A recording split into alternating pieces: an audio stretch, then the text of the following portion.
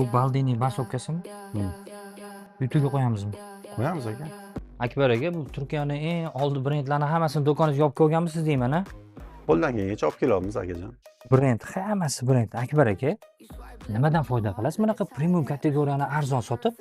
Arzon sotib aka shu premium kачествоga klientlarga sharoit yaratib beramizda.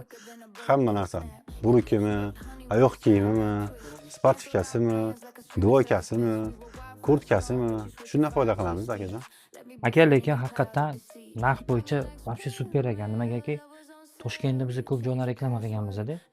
Endi naborot, misol uchun men Toshkentda ancha arzon deb o'ylardim. Chunki o'zimizning Toshkentda yashaganmiz. Hozir men ayni Qarshiga kelsam, Akbar butikda вообще narxlar arzon. Ham premium kategoriyada. Nimaga unaqa? Ravshan aka, mana o'zim olib kelaman. Shaxsan tovarni shuning uchun arzon qilib qo'yamiz. Kelgan klient ham mani deb keladi. Именно meni o'zim kelgan klientga shaxsan o'zim qarab, e'tibor berib, o'zim ideya berib, o'zim kiyintirib, chiroyli qilib chiqarishga harakat qilaman. Chunki klient keltirish qiyin, ketqish bitta noto'g'ri gap. Klientga mehr bersangiz, klient sizga mehr beradi. Akbar aka, lekin brend haqiqatan yoribsiz. Akbar butik bor. Menimcha Qarshida bitta bo'lsa kerak. Chunki bunaqa narx ham yo'q. Premium kategoriyada bunaqa zo'r joy ham yo'q.